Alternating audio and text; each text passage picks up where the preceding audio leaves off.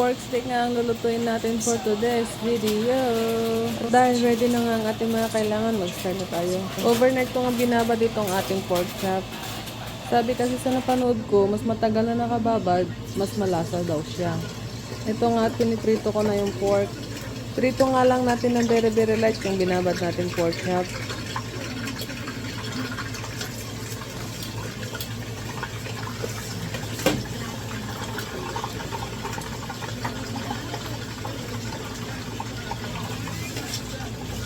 Fast forward, tapos na nga tayong magprito. Sunod naman natin gagawin na igigisa yung sibuyas. Hinati ko nga yung sibuyas dyan mga kanapa, yung kalahati igigisa ko. Tapos yung kalahati naman ilalagay ko sa ibabaw pagka naluto na yung karne. Mekos lang natin ng very light yung sibuyas mga kanapay para maluto na siya. Pagkagisa nga ng sibuyas mga kanapay, sunod na natin yung pork chop na binabad natin saka na prito. Lagay na nga natin lahat yung pork chop.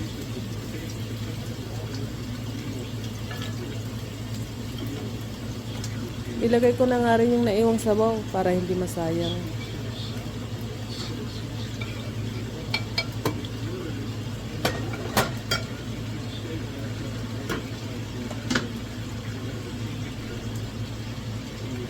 Nilagay ko na nga rin yung pinagbabara ng pork chop. Diyan na natin siya palalambutin. Yung sabaw nga lang ang kailangan natin dyan, kaya strainin natin para hindi sumama yung mga sibuyas dyan tsaka mga bawang. Balik-balik na rin lang natin from time to time para maluto yung magkabilaang part.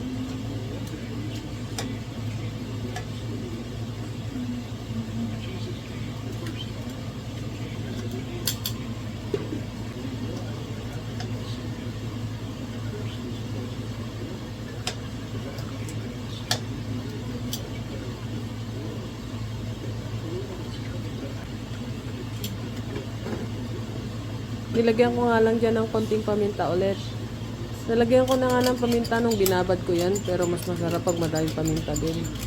Gaya ng sibuyas, mas madami, mas masarap.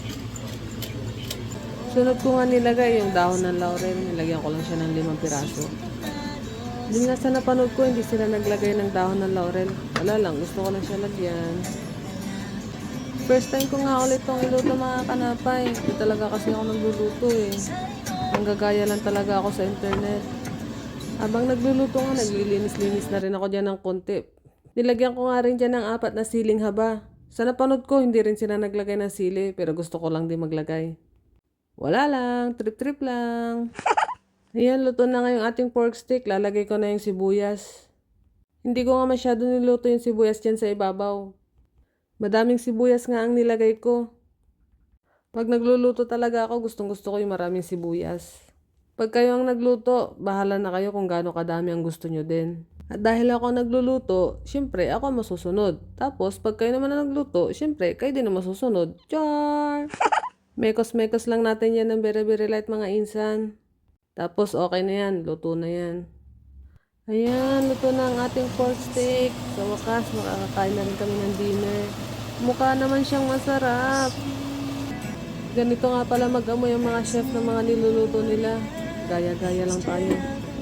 Ayan na, kainan na.